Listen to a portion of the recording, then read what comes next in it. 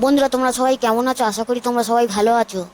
বাঙালির যেমন 12 মাসে 13 পার্বণ, তার মধ্যে একটা আছে রান্না পুজো। আজ ভাদ্র মাসের শেষে যে রান্না পুজো হয়, তাই আমাদের বাড়িতে রান্না পুজো হচ্ছে। যদিও আমাদের বাড়িতে রান্না পুজো মানে নেই, কিন্তু আমরা পান্তা করে খাই। সেইটাই আমি তোমাদেরকে দেখাচ্ছি। সারা দিনটাই আমরা পান্তা খাই, ঠান্ডা থাকি, কোনো গরম খাবার কিছু খাই না।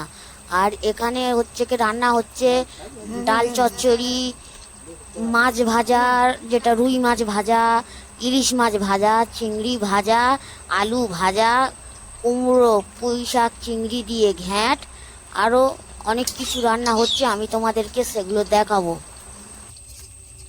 উনানে আমার বাবা চিংড়ি মাছগুলো ভাজছে, আর আমার মা ইন্ডাকশানে আলুগুলো ভাজছে।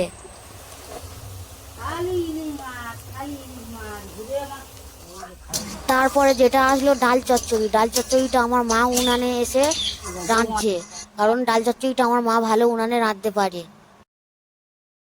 আর আমাদের ভাজাভুজি প্রায়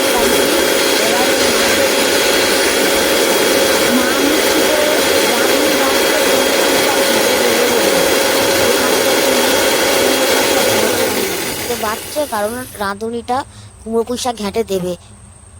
কুমড়ো পুঁই শাক ঘ্যাঁটের জন্য মেয়ে রাঁধুনি বাটা হচ্ছে। মা যখন মিষ্টিতে রাঁধুনি বাটছে, বাবা তখন উনানে ঘ্যাঁটটা করছে। আমার বাবাও কিন্তু খুব ভালো রাঁধতে পারে। ঘ্যাঁটটা দেখুন বন্ধুরা, কত সুন্দর তৈরি করছে আমার বাবা। দেখে বোঝা যাচ্ছে ঘ্যাঁটটা খুব সুন্দর হতে চলেছে। তারপরে আমাদের ঘ্যাঁটটা পুরোটাই রেডি একদম। এবার আমি আমাদের বাড়িতে রান্না পুজোর পান্তা খাচ্ছি। আমি পান্তার সঙ্গে নিয়েছি ডাল চচ্চড়ি, আলু ভাজা, ইলিশ মাছ ভাজা, রুই মাছ ভাজা, চিংড়ি ভাজা, কুমড়ো ঘ্যাঁট। আর কিছু আমি পান্তার সঙ্গে নিইনি, এই দিয়ে আমি পান্তা খাচ্ছি। আবারও বলছি, আমাদের কিন্তু রান্না পুজো নেই, কিন্তু আমরা রান্না পুজোর দিনে গরমটা খাই না, ওই জন্য আমরা সারাদিন ঠান্ডা খাই। সেই জন্য আমাদের বাড়িতেও রান্না পুজোর পান্তা হয়।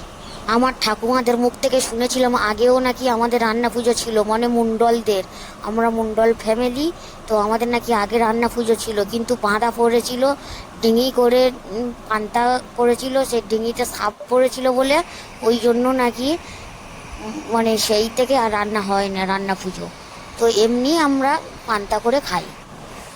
মনসা মায়ের পুজোর পান্তাও খেতে যে কত সুন্দর লাগে, আমি কি বলবো, যে এত সুন্দর স্বাদ।